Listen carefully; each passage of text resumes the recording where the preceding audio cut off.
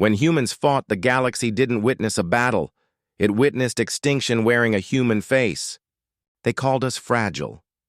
They called us slow. They called us born on a world so light and feeble it could never forge warriors worth remembering. The broadcasts played across their worlds for weeks. Images of our soldiers faltering in low orbit, skirmishes, drifting helplessly in zero-G as their sleek armored forms darted past. Their commanders spoke with smug authority, comparing our home to a child's playground, where gravity barely kissed the ground and life grew soft. To them, the measure of strength was the weight you could carry in the cradle of your birth worlds. Pull. On their worlds, every step was a battle against crushing force. On ours, they claimed, we never learned what struggle meant. The First War proved their point, or so they thought. In the outer rings of the Centauri Gate, our fleets tried, to meet theirs in open combat.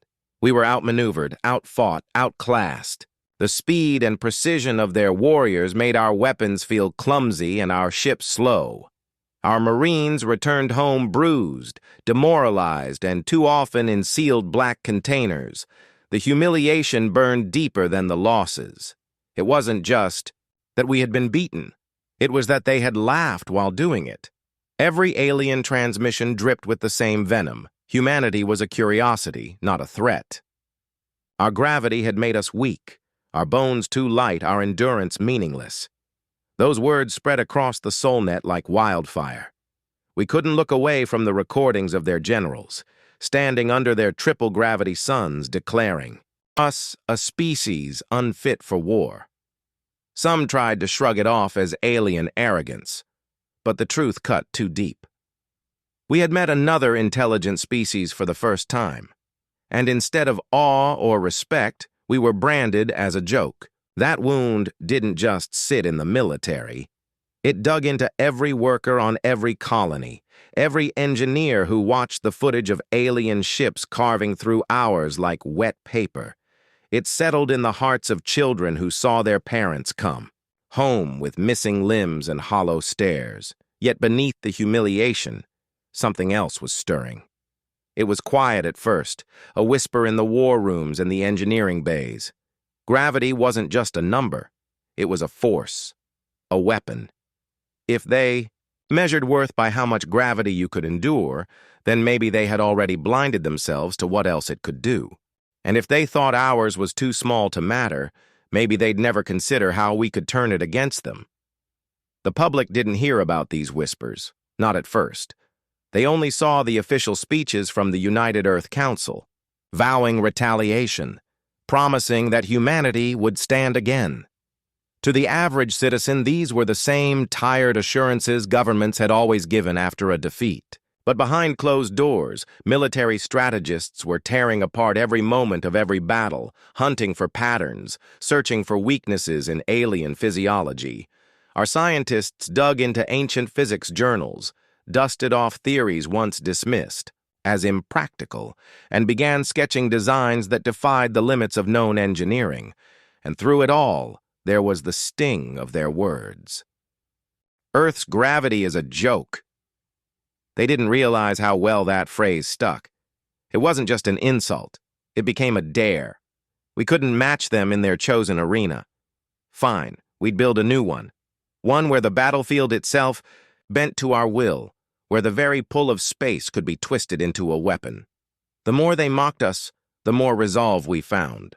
The first prototypes were disasters. Artificial gravity fields collapsed without warning, crushing test drones into mangled wreckage. The machines to generate them consumed more energy than an entire warship could produce.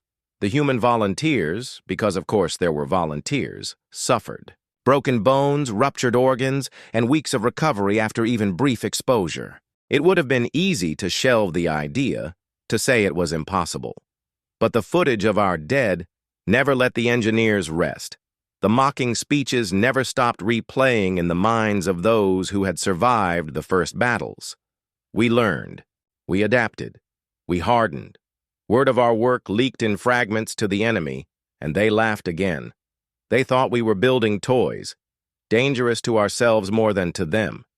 They didn't see the way our soldiers began training under conditions that would kill an unprepared alien within minutes. They didn't hear the sound of bones strengthening, muscles thickening, lungs adapting to pressures far beyond Earth's natural limits. They didn't see the changes in the eyes of those soldiers, how the humiliation had burned away into something cold and unshakable. Our enemies thought gravity was a measure of worth. They were wrong. Gravity is a weapon, and we were learning to wield it. They had no idea how much weight was about to fall on them. The council chamber was silent when the casualty reports stopped scrolling. Numbers alone did not convey the weight of what had happened, but the faces of those in the room made it clear. Everyone understood. The war had not just been a loss of ships and soldiers. It had been a loss of respect, a public declaration to the galaxy that humanity was weak. No treaty could erase that kind of stain. Retaliation was not a question of politics anymore. It was a matter of survival, not of territory or resources, but of dignity. Every person present knew that if we didn't find a way to fight back, the label of fragile Earthborn would follow us forever, and every other species we met would treat us as prey. Military strategists spoke first, presenting the cold facts. The enemy's combat superiority didn't just come from advanced technology. It came from biology shaped by generations under triple gravity. Their soldiers moved with precision because their entire existence had been forged in resistance to constant crushing force. Their bones were denser, their muscles naturally thicker, and their reflexes honed to conserve energy in environments that punished waste. It wasn't something we could replicate by training alone, not quickly enough to matter. We could not beat them by playing their game. We had to create our own. The scientists in the room proposed something radical. Instead of matching their strength, we could exploit the one thing they took for granted, their dependence on a stable gravity field within a narrow range. Their physiology was tuned for high gravity, but their circulatory systems, balance, and skeletal stability were adapted to one specific environment. Alter it even slightly, and they became clumsy. Push it far enough, and they became helpless. The enemy assumed gravity was a constant, predictable, unchangeable. We would make it a weapon that shifted at will. This idea birthed Project Gravemind, a classified initiative combining the expertise of physicists, military engineers, and biologists. The first challenge was scale. Gravity was not like heat or magnetism. Altering it required manipulating space-time itself. Portable generators capable of affecting even a few square meters would demand massive energy inputs and precision control, far beyond anything our current military hardware could sustain. To make it viable, we had to redesign our entire approach to energy storage, field projection, and stabilization systems. Funding poured into Gravemind faster than into any other war project in history. The engineers pulled apart old theoretical models, resurrecting concepts from abandoned space-time research. Energy weapon specialists were reassigned to gravity research. Civilian power grid engineers were recruited for their knowledge of large-scale distribution systems. This was not just a weapon program. It was the forging of a new science under the pressure of war. The second challenge was the human body. If we were to deploy gravity weapons in the field, our soldiers needed to withstand the same extremes we intended to unleash on the enemy. This meant brutal training in artificial gravity chambers, some set to twice Earth's pull, some to half, and others fluctuating unpredictably to simulate the instability we hoped to inflict on the aliens. The early sessions broke people. Even seasoned soldiers vomited blood under sustained pressure. Others lost consciousness from sudden drops in gravity. A few didn't survive the first month of trials. But there were those who adapted. Painfully, slowly, their bodies transformed, muscles hardened, bones thickened, balance sharpened. These volunteers began to move in ways they hadn't before, with a kind of deliberate strength that made normal Earth conditions feel effortless. They became the first generation of the Gravity Corps, Not just warriors, but living proof that we could adapt faster than our enemies believed possible. Their presence in the laboratories kept the scientists grounded. Every design choice was made with those soldiers in mind. Meanwhile, intelligence units worked to mislead the enemy. We couldn't let them know how far along Gravemind was, so carefully crafted leaks portrayed it as an Earth vanity project, a desperate attempt by a defeated people to tinker with forces they didn't understand. The enemy believed it. Their propaganda mocked us for playing with invisible toys, claiming that any attempt to weaponize gravity would collapse under its own complexity. That arrogance bought us time. The breakthroughs came slowly but relentlessly. Miniaturized projectors capable of altering gravity in a controlled 10-meter radius. Field stability algorithms that allowed near-instant shifts between heavy and light gravity. Containment methods to prevent collateral damage to our own forces. None of it was perfect, but perfection wasn't the goal. All we needed was to make the enemy fight in an environment they couldn't control, where every step was uncertain, every movement a strain. By the end of the second year, Project Gravemind was no longer a theory. It was a weapon. And it wasn't just the technology that had changed. Humanity itself had shifted. The humiliation that once weighed on us had hardened into resolve. The soldiers who survived gravity conditioning no longer moved like ordinary people. They carried themselves as if the ground itself obeyed them. The engineers spoke with the quiet confidence of creators who had turned the impossible into reality. The council received the first live demonstration in a sealed training dome. The gravity core activated their projectors, and the air seemed to thicken.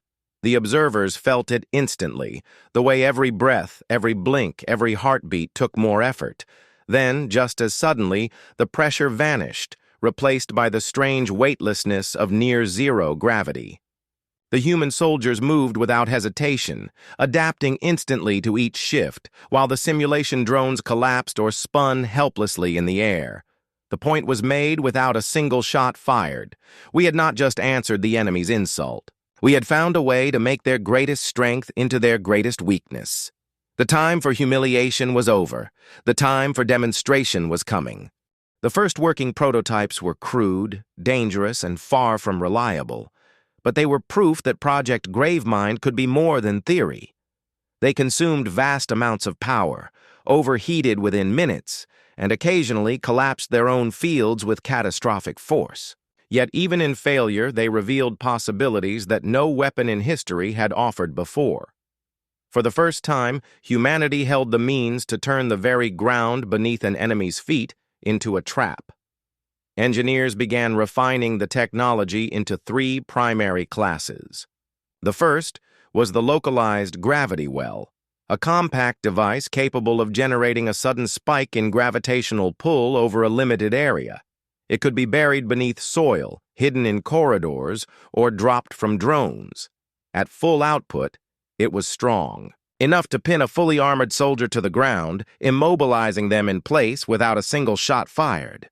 The second was the variable gravity field generator, which could rapidly shift between high and low gravity to disorient and incapacitate enemies who relied on muscle memory for movement. The third was the gravity distortion mine, a proximity-triggered weapon that created chaotic, uneven fields, twisting balance and coordination until even simple steps became impossible. While the engineering teams refined the devices, the training of the gravity core escalated. Every soldier who had endured the first brutal conditioning now faced a new phase: combat drills under live gravitic interference. Fields would shift, unpredictably mid-exercise, one moment crushing them to the ground, the next hurling them into near weightlessness.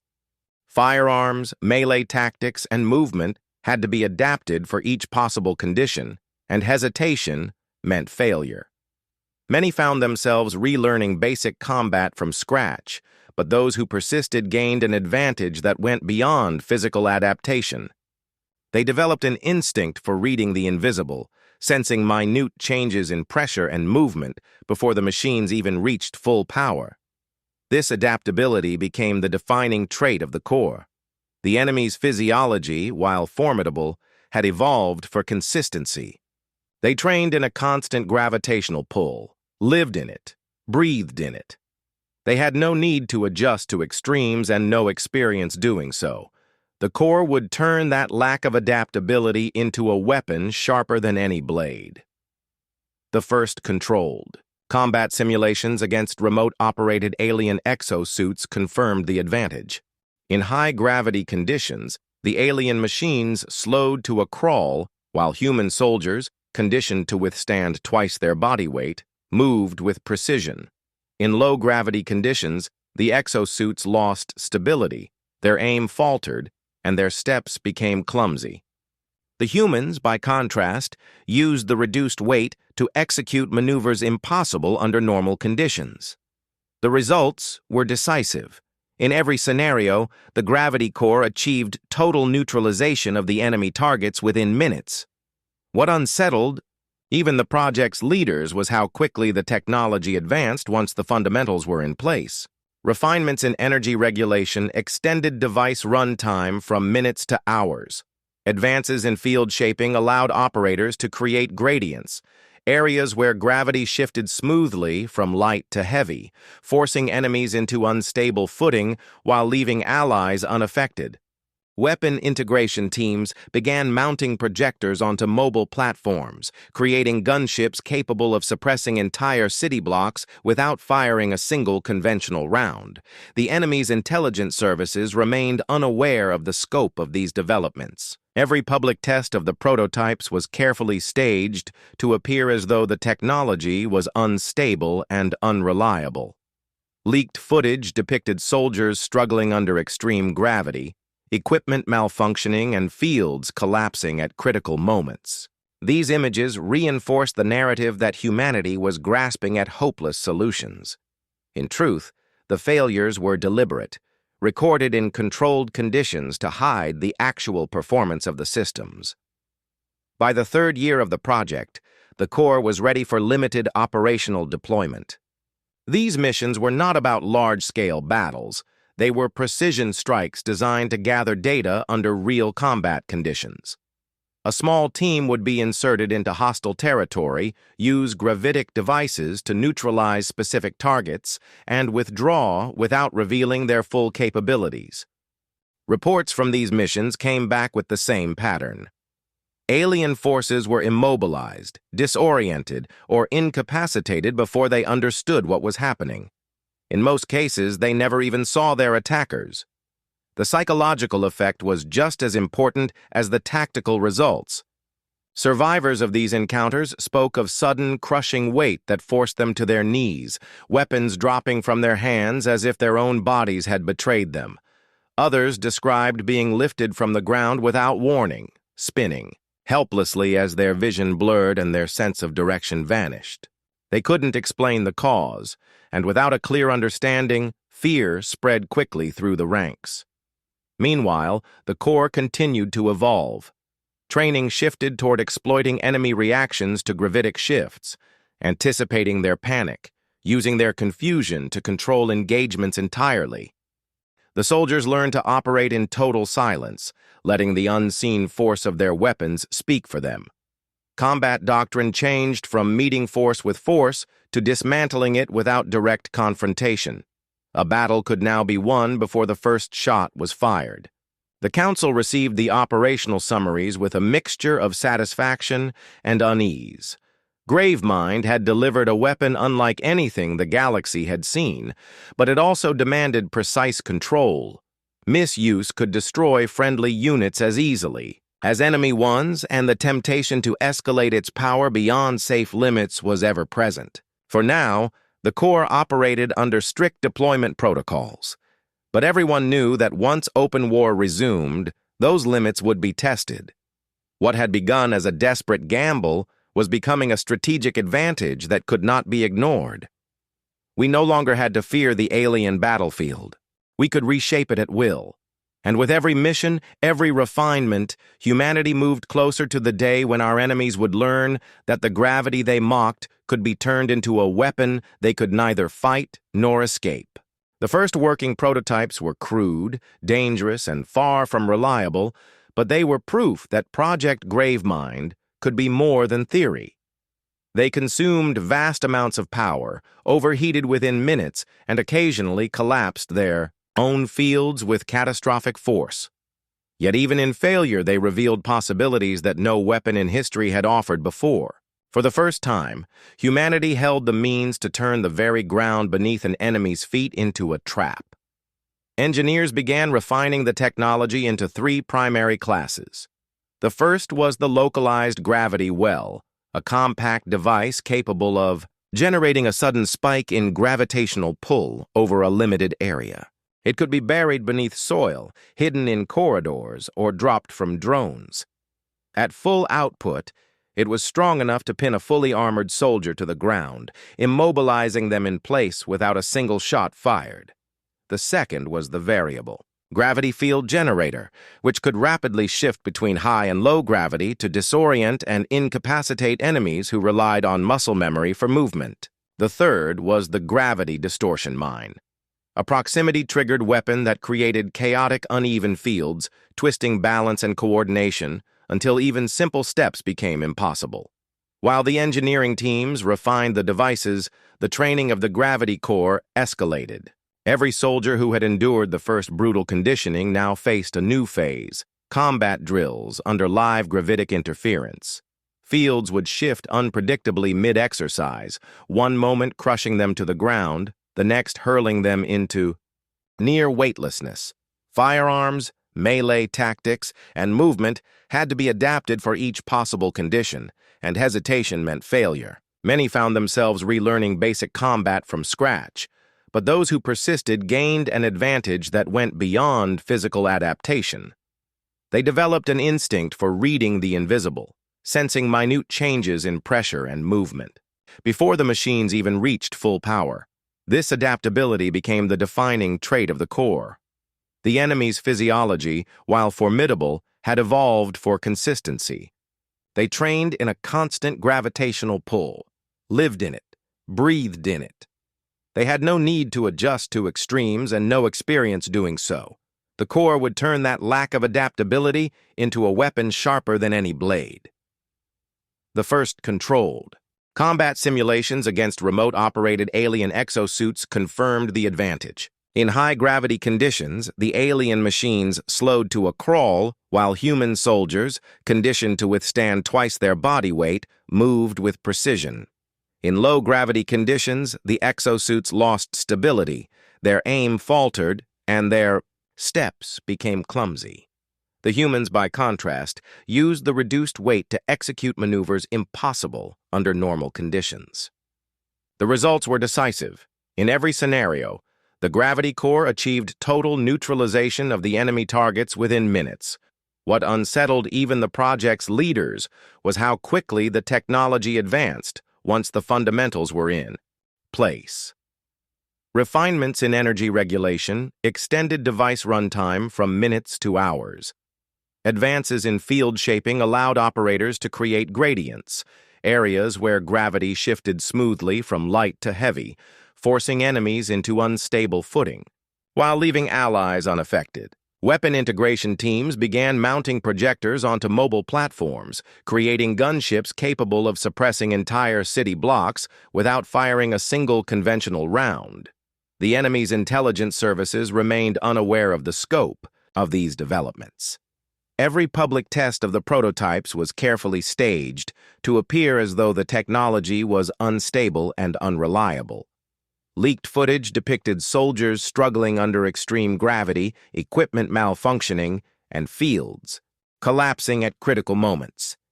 These images reinforced the narrative that humanity was grasping at hopeless solutions. In truth, the failures were deliberate, recorded in controlled conditions to hide the actual performance of the systems.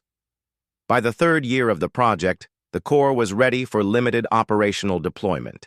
These missions were not about large-scale battles. They were precision strikes designed to gather data under real combat conditions. A small team would be inserted into hostile territory, use gravitic devices to neutralize specific targets, and withdraw without revealing their full capabilities Reports from these missions came back with the same pattern. Alien forces were immobilized, disoriented, or incapacitated before they understood what was happening. In most cases, they never even saw their attackers.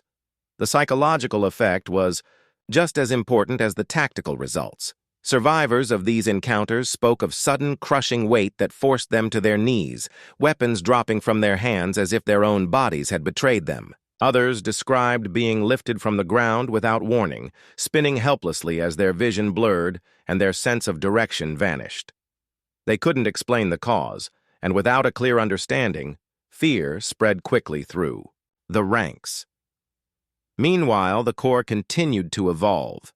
Training shifted toward exploiting enemy reactions to gravitic shifts, anticipating their panic, using their confusion to control engagements entirely. The soldiers learned to operate in total silence, letting the unseen force of their weapons speak for them. Combat doctrine changed from meeting force with force to dismantling it without direct confrontation. A battle could now be won before the first shot was fired. The Council received the operational summaries with a mixture of satisfaction and unease. Gravemind had delivered a weapon unlike anything the galaxy had seen, but it also demanded precise control. Misuse could destroy friendly units as easily as enemy ones, and the temptation to escalate its power beyond safe limits was ever present. For now, the Corps operated under strict deployment protocols. But everyone knew that once open war resumed, those limits would be tested. What had begun as a desperate gamble was becoming a strategic advantage that could not be ignored. We no longer had to fear the alien battlefield. We could reshape it at will, and with every mission, every refinement, humanity moved closer to the day when our enemies would learn that the gravity they mocked could be turned into a weapon they could neither fight nor escape. In the days following the loss of the mining colony, the alien high command demanded answers from their analysts, but the data only deepened their confusion. No human fleet had been detected, no heavy weapons discharge recorded, no signs of prolonged engagement present.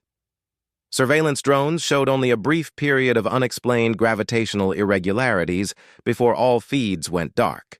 The simplest explanation, they decided, was that the colony had fallen victim to a rare planetary phenomenon, perhaps a tectonic shift or magnetic instability. Their public broadcasts reinforced this narrative, assuring their citizens that the EA loss was not the result of human capability, but environmental misfortune. The arrogance in their dismissal was exactly what humanity needed. Behind the scenes, humanity ensured this false belief took root. Fabricated reports, supposedly leaked from our own channels, confirmed that the incident was a fluke, a lucky break caused by terrain hazards. Staged footage of human soldiers struggling under simulated heavy gravity was deliberately made available to alien intelligence networks, showing equipment failures and injuries to suggest that our species could not survive in such conditions. The enemy's propaganda machines ran with it, mocking humanity for celebrating an accident as though it were a strategic victory. Their laughter blinded them further. While they clung to their assumptions, Gravemind's work accelerated. The lessons from the mining colony were applied immediately, leading to the creation of a second generation of devices with improved field stability and reduced energy demands. The most ambitious development was the orbital-scale gravity projector, a platform capable of altering gravitational conditions across entire battlefields from space. These projectors could be mounted on warships or deployed as stationary satellites, enabling control of planetary or orbital zones without direct contact. The implications were staggering. An enemy fleet could be broken apart before it ever fired a shot simply by twisting the gravity around it. Simultaneously, portable variants were refined for covert deployment. These smaller units were disguised as cargo containers, ground sensors, or even debris. They could be activated remotely, creating sudden zones of crushing force or deceptive weightlessness. To alien scouts, these zones would appear as natural anomalies, further reinforcing the belief that humanity was exploiting planetary quirks rather than controlling them. Each false conclusion they reached made the trap tighter. Psychological operations became as important as the engineering itself. Gravemind's strategists began targeting the alien military's morale indirectly. Field agents seeded rumors of phantom heaviness among alien garrison troops, stories of soldiers feeling their own armor grow heavier for moments at a time, of corridors seeming to tilt, of weapons dropping from their hands without warning. The incidents were manufactured by small, temporary gravitic pulses aimed not at causing casualties, but at unsettling the enemy's sense of security. These operations left no trace of human presence, creating the illusion of an invisible environmental instability that could strike anywhere. The effects on alien readiness were measurable. Patrol routes shortened, training drills were canceled, and operational tempos slowed as commanders demanded more thorough environmental checks before movement. The very idea that gravity might not be constant was beginning to erode their confidence. For a species that had built its identity on thriving under crushing force, the thought that this force could betray them was corrosive. Meanwhile, Gravemind began limited testing of synchronized field deployments. Multiple projectors, both orbital and ground-based, worked in unison to create layered zones of gravitic interference. A single battlefield could be divided into pockets of extreme heaviness, near weightlessness, and chaotic distortion, each shifting without warning. The goal was not simply to disable the enemy, but to render them incapable of forming coherent tactics. No formation could hold, no maneuver could be trusted when the very laws of motion shifted from one step to the next. The alien leadership remained oblivious to how close they were to facing this reality. Their intelligence divisions continued to dismiss the possibility of human gravitic control as impossible. They pointed to their own failed experiments with gravity manipulation, programs abandoned decades ago due to energy requirements and the severe biological toll on their soldiers. They believed the same limits applied to all species. They could not imagine that humanity, driven by humiliation and desperation, had not only found a way to bypass these limits, but had shaped an entire core around surviving and thriving in them. The timing of the next phase was deliberate. Humanity's fleets avoided major engagements, focusing instead on small, seemingly unrelated operations that would further feed alien misinterpretations. A derelict supply station was recovered after its automated defense systems mysteriously malfunctioned. An asteroid mining platform collapsed under unexplained structural strain. In each case, alien analysts blamed natural hazards, never suspecting that these events had been engineered with precision by Gravemind operatives. Every misdirection extended our advantage. Every assumption they made left them more vulnerable. The alien military still thought the war would be decided by the weight of their fleets and the strength of their soldiers. They had not yet understood that the ground, the air, and even the space between stars could be turned against them. The day they did would be the day their war ended. For now, their confidence was unbroken, their mockery unrestrained, and their focus misplaced. Humanity was content to let them laugh. It would make the silence that followed all the heavier. The battles across the frontier had escalated beyond anything the Galactic Council anticipated. Humanity's fleets, once dismissed as slow and underpowered, now moved through combat zones with an efficiency that seemed impossible to their enemies. Every engagement ended the same way: crushed opposition, minimal losses, and strange, untraceable phenomena that confused even the most advanced alien sensors. Reports of gravity storms became common, though no one could confirm their cause. Ships collapsed in on themselves without energy blasts touching them. Planetary defenses failed without a single missile breach.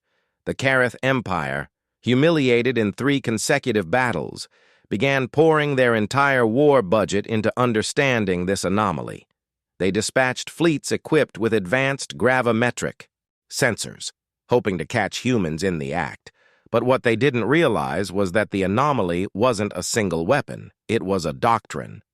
Humanity had taken Earth's crushing gravity, the same force that had shaped their bodies, bones, and muscles, and weaponized it into a battlefield advantage no one else could endure. Human pilots could endure maneuvers that would rip alien bodies apart.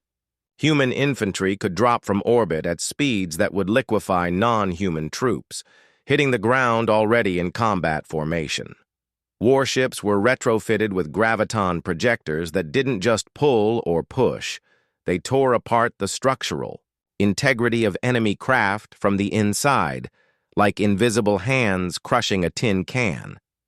And every battle honed these methods further. The Council began whispering that humanity had crossed a line. In previous wars, weapons were designed to disable, not annihilate. But humans didn't just want to win. They wanted to make an example. Every ship that surrendered was left drifting, gravity systems destroyed, crews trapped in a slow, suffocating end. This was not mercy. This was a warning. Captain Rourke's fleet became infamous for the compression, a tactic where multiple gravity fields converged on an enemy flagship, shrinking its hull until it imploded in total silence. No fire, no explosion, just an instantaneous collapse. The psychological effect on enemy fleets was devastating. Entire squadrons retreated at the first sign of human graviton signatures. It was in the siege of Othran Prime that humanity's mastery of gravity reached a new level. The planet's defense network relied on orbital stations linked in a rigid geosynchronous pattern, forming a shield grid. Previous attackers had been slaughtered trying to breach it. Humanity didn't even fire a shot. Instead, their ships projected overlapping gravitational distortions that destabilized the orbit of the stations. In less than an hour, the once perfect grid became a deadly rain of debris as the stations collided and broke apart, their own mass turned against them. Othran Prime surrendered without a single human casualty. Behind the front lines, alien scientists raced to replicate human gravity tech, but their biology betrayed them. Without the evolutionary pressure of a heavy homeworld, they couldn't withstand the stress loads. Their ships required complex compensators that slowed deployment, while humans had already integrated the system into instinctive piloting. What the galaxy saw as a dangerous, unstable new weapon, humanity saw as simply an extension of who they were.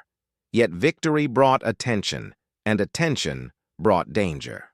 The Council began to fear that if humanity's gravity mastery spread, it could destabilize every existing power balance. Secret orders were sent to infiltrate human research facilities, sabotage production lines, and, if possible, assassinate the lead scientists responsible. But human intelligence agencies anticipated this. Agents disappeared without a trace. Data. Cores were traps, containing false schematics that destroyed the laboratories of anyone foolish enough to try building them. Even so, humanity's leaders knew the danger wasn't over. The more the galaxy feared them, the more united their enemies would become. And so the High Command made a strategic decision.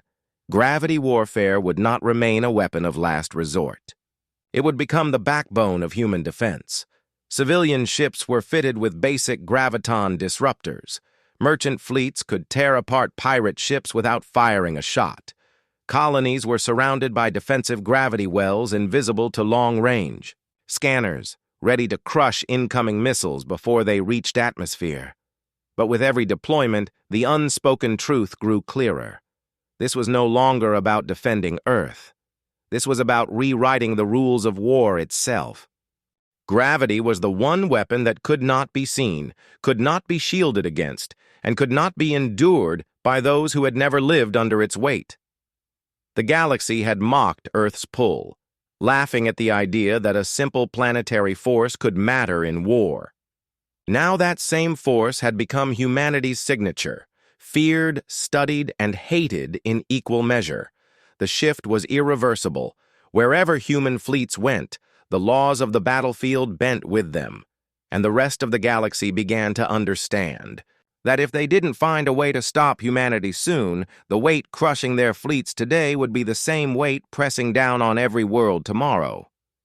Humanity had changed war forever, and there was no turning back. The enemy's fleets darkened the orbital lanes above Earth, their massive silhouettes blotting out the stars. They had expected a swift campaign, a demonstration of their superiority, a reminder that no so-called Deathworlders could defy the laws of galactic hierarchy. But what they failed to understand was that the battle had shifted far beyond the simple contest of ship and weapon. Humanity had begun to weaponize something the galaxy had dismissed as irrelevant, a force so constant and unyielding that most civilizations barely noticed it. We had turned gravity itself into an ally. By now, our orbital defense platforms were no longer the fixed stations the enemy believed them to be. They were carefully positioned along gravitational vectors, hidden in the distortions caused by Earth's pull and the Moon's subtle influence. Every approach path the invaders took was warped just enough to make their navigational systems overcompensate. In the opening hours, their tight formations began to unravel, ships drifting slightly off course until their tactical advantage evaporated. It was invisible sabotage, and they didn't even realize it was happening. While their commanders scrambled to regroup, our counterstrike came from unexpected angles, dropped from high orbit, guided by calculations that took full advantage of Earth's mass. Our kinetic projectiles hit with catastrophic force. Each one carried no explosives, just dense alloy rods accelerated to impossible speeds by controlled gravitational slingshots. They tore through hull plating like paper, leaving molten trails of destruction behind. The invaders had no countermeasure. Their shields were tuned for energy weapons, not the raw, relentless punch of mass and momentum. But this was only the opening act. Humanity's fleets, though smaller, had been reconfigured for high-G combat. Our ships were built to withstand acceleration forces that would liquefy the crews of most alien navies. While their vessels maneuvered delicately to preserve structural integrity, ours darted and lunged like predators, using gravitational wells as cover and acceleration zones. We rode those invisible slopes, turning planetary pull into speed, and then flipping vector at the last second to unleash volleys from unexpected trajectories. To them, it must have felt as if we were defying the very laws of physics they thought they understood. On the ground, the war was even more brutal. The enemy had deployed drop troops, confident their advanced exosuits would negate environmental disadvantages. They were wrong. Their suits were designed for standard gravity, less than half of Earth's pull. Here, every step drained their power reserves, every jump strained servos to braking. In hours, their ground units were sluggish, vulnerable, and desperately requesting extraction. Our own troops, hardened by generations in Earth's crushing embrace, moved with lethal precision. They didn't need exosuits to function. They wore them as enhancements, not necessities. The enemy tried orbital bombardments to bypass the ground war, but their targeting systems faltered. Gravity twisted their trajectories, forcing them to fire from greater distances. Our defense grids exploited those curves, intercepting their payloads mid-descent. They watched in frustration as their firepower was swallowed by the very force they had mocked. What they had called a primitive planetary hazard had become a shield. The psychological effect was immense. For the first time, their fleets hesitated. Every maneuver they attempted seemed to play into our hands. It wasn't magic, though to them it might as well have been. It was simply a matter of understanding the one constant that had shaped our species since birth. We had learned to build, fight, and survive under conditions they could barely endure. Now we had elevated that endurance into strategy. The breakthrough came when we deployed the gravity net, a network of satellites, drones, and synchronized station thrusters created artificial distortions in local space-time, magnifying Earth's natural pull in calculated sectors. Enemy ships passing through those zones found themselves dragged off course, slowed to the point where our rail batteries could tear them apart at leisure. To escape, they had to burn through fuel reserves at an unsustainable rate, further eroding their operational capability. The war was no longer about firepower. It was about inevitability. Our tactics didn't just destroy their ships, they dismantled their morale. Every engagement reinforced the same truth. Here, on the edge of our gravity well, we were the masters. They could bring fleets, weapons, and armies, but they could not bring immunity to the force that held our world together. In the end, their arrogance had blinded them to the simplest of truths. On Earth, you either learned to fight under our gravity, or you didn't fight at all. By the close of the 7th day, their armada was fractured. Hulks drifted in orbit, some torn open by impact strikes, others dead in space from fuel exhaustion. The survivors limped back toward the safety of deep space, abandoning ground forces to whatever fate awaited them. Humanity did not cheer the retreat. We knew it was only the first of many attempts, but the message was sent, carved into the wreckage scattered across the void. Earth's gravity was not a joke. It was the first and last warning any invader would ever receive. The Alliance fleet had expected Earth to submit. They came armed with gravitic weapons, devices that could mimic and manipulate planetary pull at will. In their minds, humanity's homeworld was a weak, fragile sphere tethered by its own gravity, incapable of resisting forces that could shatter tectonic plates. They miscalculated. The first wave struck, pulling entire coastal cities under crushing artificial tides, collapsing skyscrapers as if they were sandcastles. Billions mourned, and rage became the planet's new gravity, pulling every survivor toward one shared purpose: retaliation. Humanity had never been more unified, not under flags, not under treaties, but under the silent oath that this would never happen again.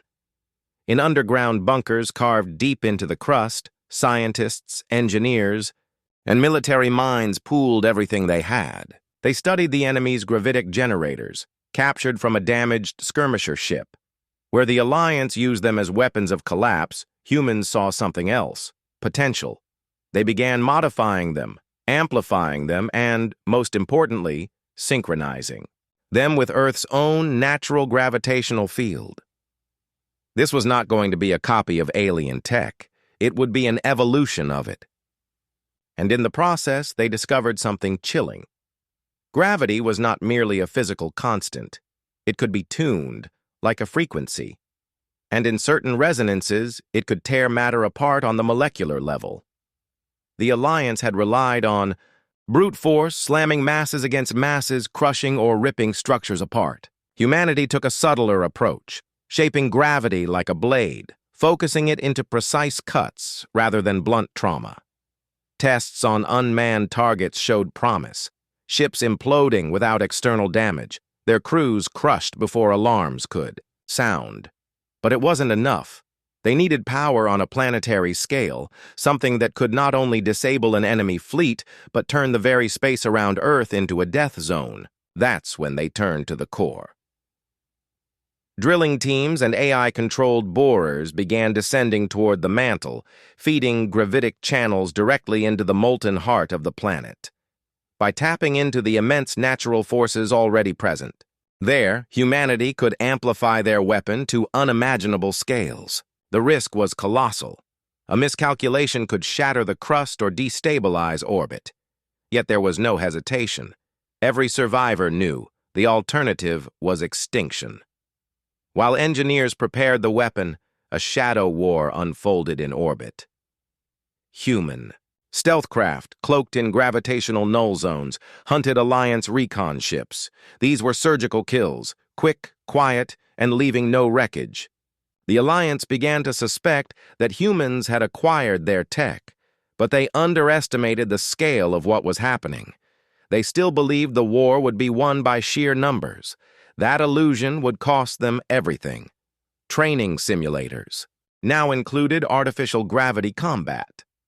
Soldiers fought under crushing forces far greater than Earth's, pushing the limits of muscle and bone.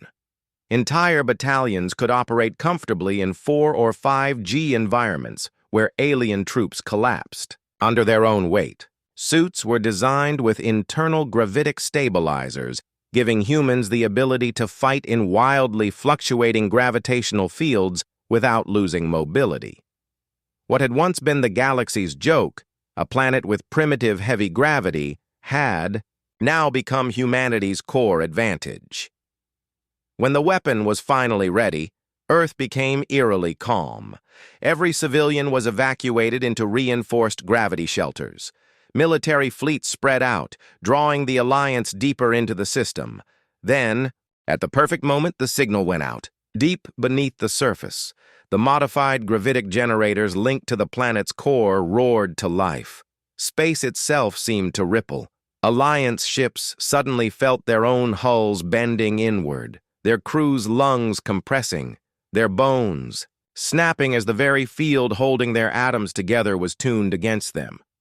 It was not a single strike. It was a sustained, controlled pulse. Ships tried to escape, but gravity wrapped around them like chains, dragging them back. Some imploded silently, vanishing into singularities the size of a coin. Others broke apart in perfect halves, drifting away in symmetrical ruin. Within minutes, an entire battle group had been reduced to wreckage. Those who survived were not greeted with mercy. Human fleets moved in with surgical precision, disabling survivors, boarding them, and broadcasting a message to the entire Alliance. Gravity is no longer your weapon, it is ours. Word spread through the galaxy with the speed of panic. The humans had weaponized not just technology, but the very force that bound worlds and stars together. And they were not using it recklessly. They wielded it with an exactness that implied years, not months, of mastery. The joke was dead. The punchline was fear. This was only the opening move. Earth wasn't finished. The weapon's range was being extended. The next time an enemy fleet arrived, they wouldn't even reach orbit before the void itself crushed them into nothing. Humanity had stopped being a target. They had become the center of a gravitational storm, one the galaxy could neither predict nor escape. The Yerek fleet did not hesitate. Wave after wave of their vessels plunged into Earth's defensive perimeter, their thrusters burning bright against the darkness. The orbital debris fields we had seeded with kinetic mines tore apart the first. Few attackers, but their numbers were overwhelming. They thought sheer volume would compensate for losses, that if they flooded the system, our resistance would crumble. They didn't understand that Earth had been preparing for this moment, longer than they'd been watching us. Every ship we lost had already served its purpose. Every base they bombarded was an intentional lure, dragging them deeper into the gravity wells we had painstakingly engineered. The Yerek flagship was massive, a city-sized dreadnought bristling with weaponry, protected by layers of reactive shielding. But it was a colossus built for the open void, not for the killing fields of Earth's engineered gravity zones. We knew its exact trajectory before it entered the trap. Our satellites had mapped its approach down to the millimeter. As soon as it crossed the threshold, a pulse from the planetary gravity projectors hit it. A wave of artificial pull that surged in unpredictable vectors. The dreadnought's engines strained against the sudden forces, their plasma output spiking dangerously.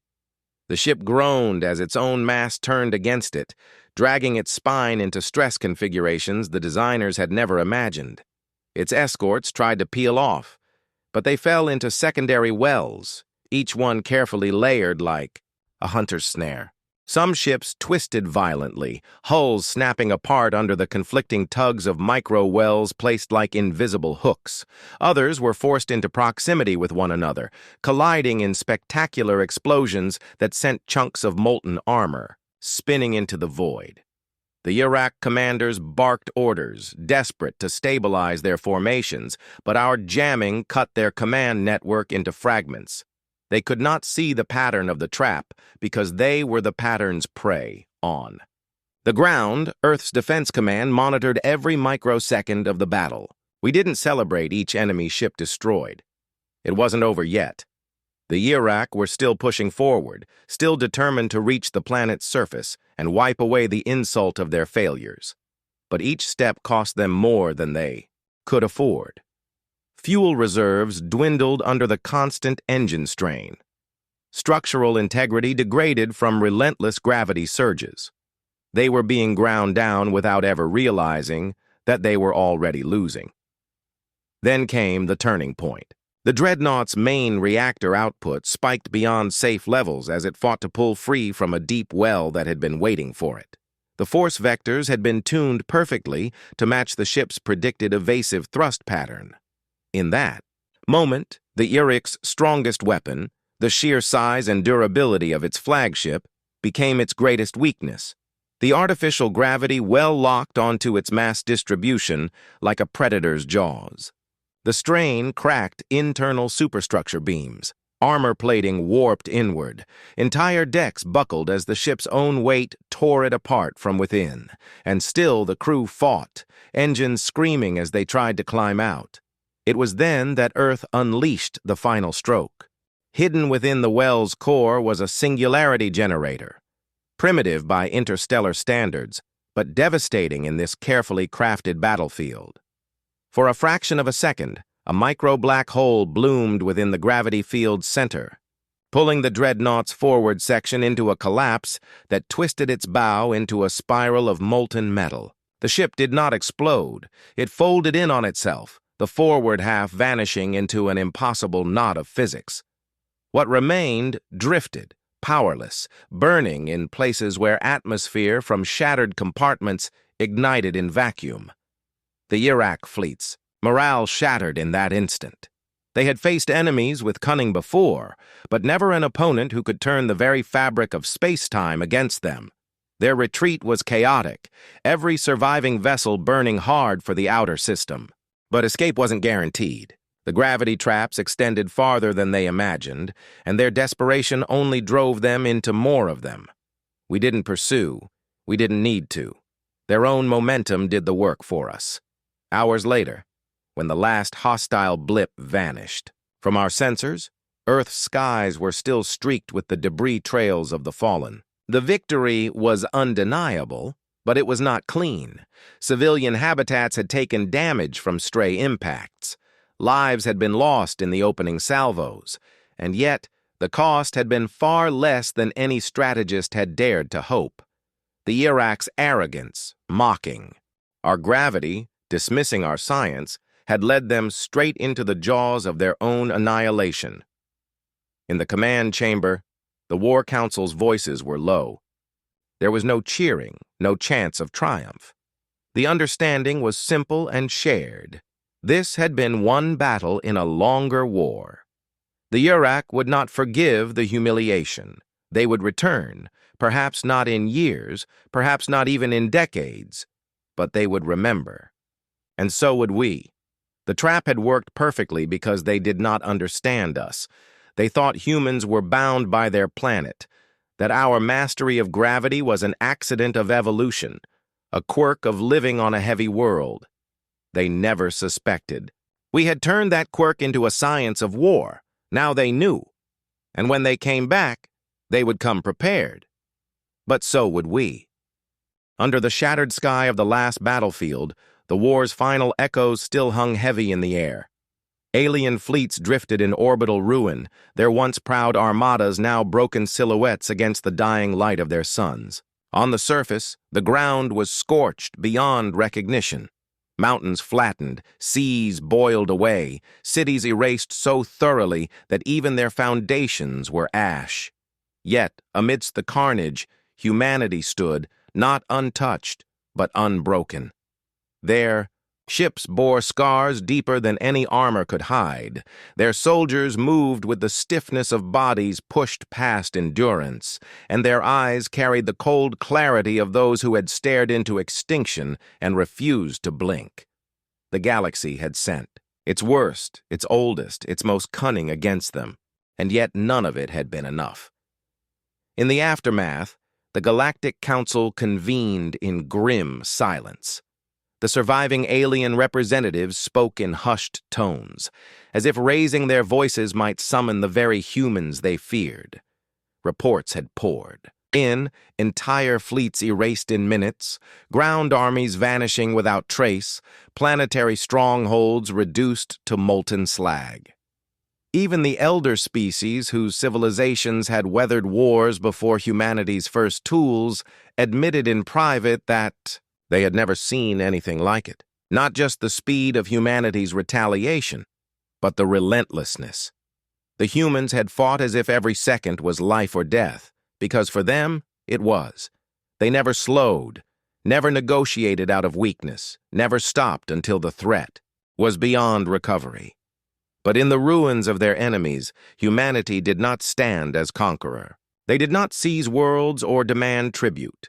They left systems to rebuild themselves, taking only the resources they needed to repair what had been destroyed in their own territories.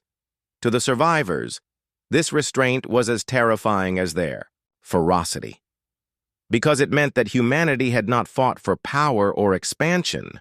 They had fought only because they had been forced to. And if they could bring such destruction without ambition, what would they do if they ever truly wanted to rule? Across human fleets, the cost was counted in silence. Names were read aloud over comms channels, each one followed by a pause that seemed to stretch forever. Entire crews were gone. Colonies had been lost before reinforcements could arrive.